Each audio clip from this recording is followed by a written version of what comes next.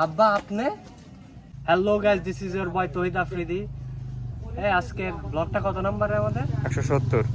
170 না 170? যাই হোক, তো আজকের ব্লগটা খুবই ইন্টারেস্টিং হতে যাচ্ছে, কজ আমরা আজকে আসছি জেলখানাতে, জেলখানা নিয়ে ব্লগ বানাতে। ভাই আপনার আব্বা? আব্বা আপনি? আরে সালমান চাচ্চু দেখতেছি। আরে আনিসুল চাচ্চু, পলক চাচ্চু।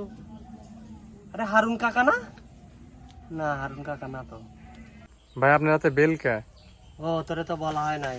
আমার যে পুরাতন মেম্বাররা ছিল না, ওরা যদি কোনো ভুল করতো ওদের তো বেল্ট দিয়ে মারতাম আমি। আমার একটা বন্ধু ছিল গোলগাল মোটা মোটা, ওর যে কি পরিমাণ বেল্ট দিয়ে মারছি। তো তোরাও যদি কোনো ভুল করিস তাহলে তোরে হয়ে যায় বেল্ট দিয়ে মারবো। আর যদি আমি তোর সাথে না পারি তাহলে তো আমার হারুন কাকা আছে, জানিসই হয়তো, বা ভিডিও দেখছিস। ওর মেশিন ছোট কিন্তু ওর পারফরমেন্স কিন্তু অনেক ভালো। তার যে পারফরমেন্স ভালো আপনি বুঝলেন কেমনে? আরে ওর যে ট্যাবলেট লাগতো, মাইয়া লাগতো, সব তো আমি সাপ্লাই দিতাম, তো আমি জানবো না? তার পারফরমেন্সও যেরকম ভালো, তার কিন্তু ক্ষমতাও সেরকম। আমার বিরুদ্ধে যদি কেউ কথা কথা হারুন কাকারে দিয়ে কিন্তু তারে তুইলা নিয়ে যাইতাম, ডিবি অফিসে যা মারধর করতাম। তো গাইজ, অনেক আজাইরা পেঁচাল পারছি, আজাইরা পেঁচাল বাদ দিয়া চলুন জেলখানার ব্লগ শুরু করা যাক।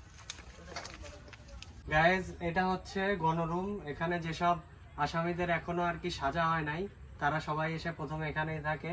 আমি, আমার বাবা এখন এখানেই আছি, আমার চাচ্চুগুলা সব এখানেই আছে। আর আপনারা খুব ভালো করেই জানেন, যখন সেলিব্রিটিদের মধ্যে ঝামেলা হয় ওটা কিন্তু আমি খুব ভালো মতো সলভ করে দিই। সো এই যে সালমান চাচ্চু আর আনিস চাচ্চুর মধ্যে যে ঝামেলাটা হয়েছে, এটা আমি সলভ করে দেওয়ার চেষ্টা করবো আজকে রাতের মধ্যেই। গাইজ, এই দেখেন আমাদের এই গণরুম থেকে অনেক সুন্দর সুন্দর সিনারি দেখা যায়।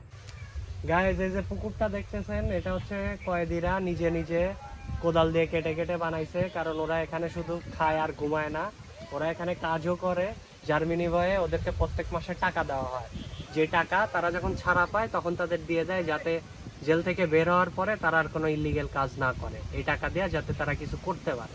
সো গাইজ, আপনাদের তো একজনের সাথে পরিচয় করায় দেওয়া হয়নি। এই যে এটা হচ্ছে আমার জেলার চাচ্চু। ওনার জন্য এখানে এই জেলখানার মধ্যে কোনো রকম কোনো ইলিগেল কাজ হয় না, এবং ওনার ভয়ে এই অত্র এলাকার মধ্যে কেউ ক্রাইম করার সাহস পায় না। ওনার ক্ষমতা অনেক। সো গায়েজ, আজকের ব্লগটা এখানেই শেষ করছি। নতুন ব্লগের আপডেট পেতে আমার ফেসবুক পেজটি ফলো করুন, লাইক করুন, কমেন্ট করুন এবং বেশি বেশি শেয়ার করুন।